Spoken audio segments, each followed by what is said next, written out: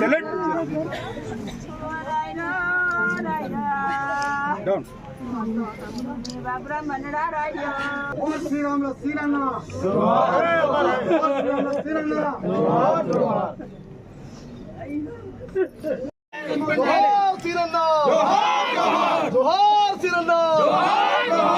సిగ్గు పోలీస్ శాఖలో ఎస్సీల నిర్లక్ష్య వైఖరి, సిగ్గు పోలీస్ శాఖలో దురంకారం, సస్పెండ్ ఏదన్నా వద్దలేంది ఏది ఏది ఏది ఎస్పీ గారు అమలు చెప్తా అందరూ సంఘాలలో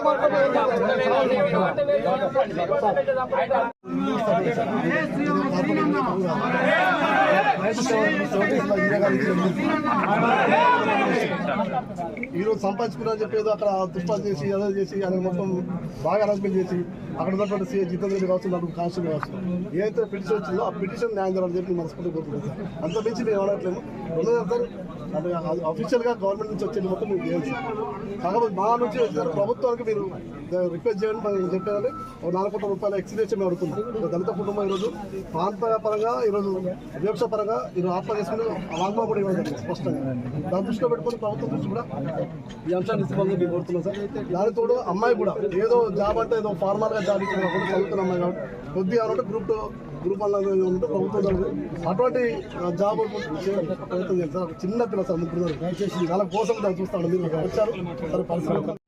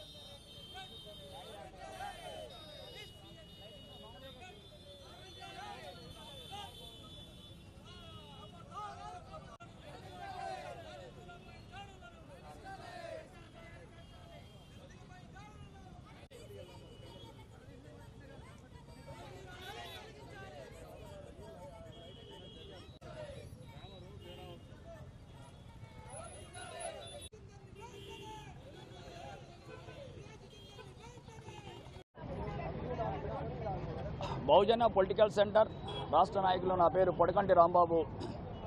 గత 15 రోజులుగా ఈ రాష్ట్రంలో, ఈ దేశంలో, ఈ జిల్లాలో చాలా బాధాకరమైనటువంటి సంఘటన జరిగింది.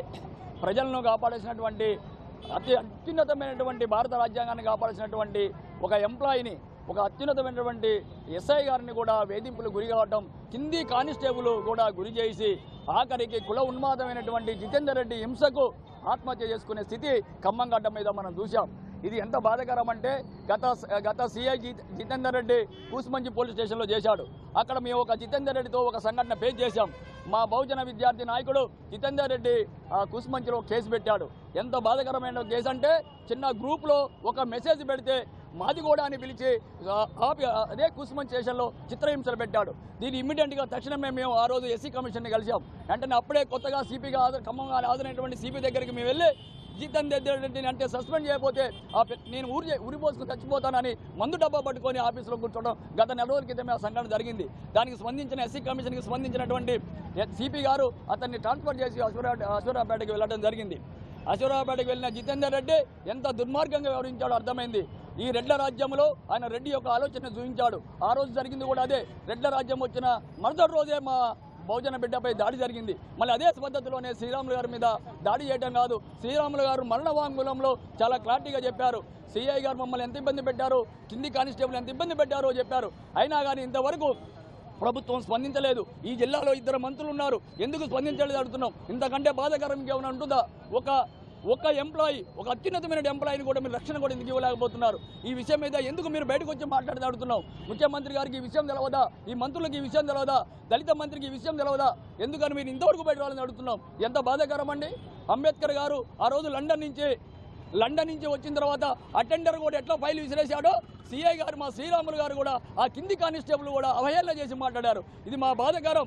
కారంచెల్లో మమ్మల్ని చంపారు, చుండూరులో మమ్మల్ని చంపారు. ఇదే ఖమ్మంగడ్డ మీద 2 దళిత నాయకులను కూడా ఒక కమ్మ నాయకుడు కొట్టినా కానీ ఏ రాజకీయ పార్టీ నాయకులు రాలేదు, ఎవరు స్పందించలేదు. ఒక ఎస్ఐ గారు ఈ ఖమ్మం జిల్లాలో చనిపోయినా కానీ స్పందించట్లేదు. ఇట్లా దళితుల్ని బహుజనుల్ని చంపుతున్న ఈ అగ్రకుల పార్టీలు ఏం చేస్తున్నాయి అడుగుతున్నాం. ఖమ్మంలో ఏ పార్టీ కూడా ఎందుకు స్పందించట్లేదు? ఆ లాయల మీద దాడి జరిగినప్పుడు ఏం చేశారు? ఈ ఎస్ఐ గారు చనిపోయినప్పుడు కూడా ఏం జరుగుతున్నారు? మీరు స్పందించరా? కాబట్టి దళిత బహుజనులు ఖమ్మం జిల్లాలో ఒక విషయం చెప్పదలుచుకున్నాం. ఆ పార్టీలు మనవి కావు. ఆ పార్టీల నుంచి తక్షణమే మీరు బయటికి రండి. దళిత బహుజన శక్తిగా ఏర్పడితేనే ఖమ్మం జిల్లాలో మన రక్షణ ఉంటుంది.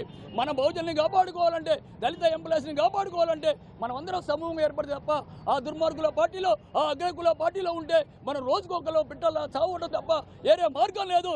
తక్షణమే ఆ పార్టీలు మనవి కావు.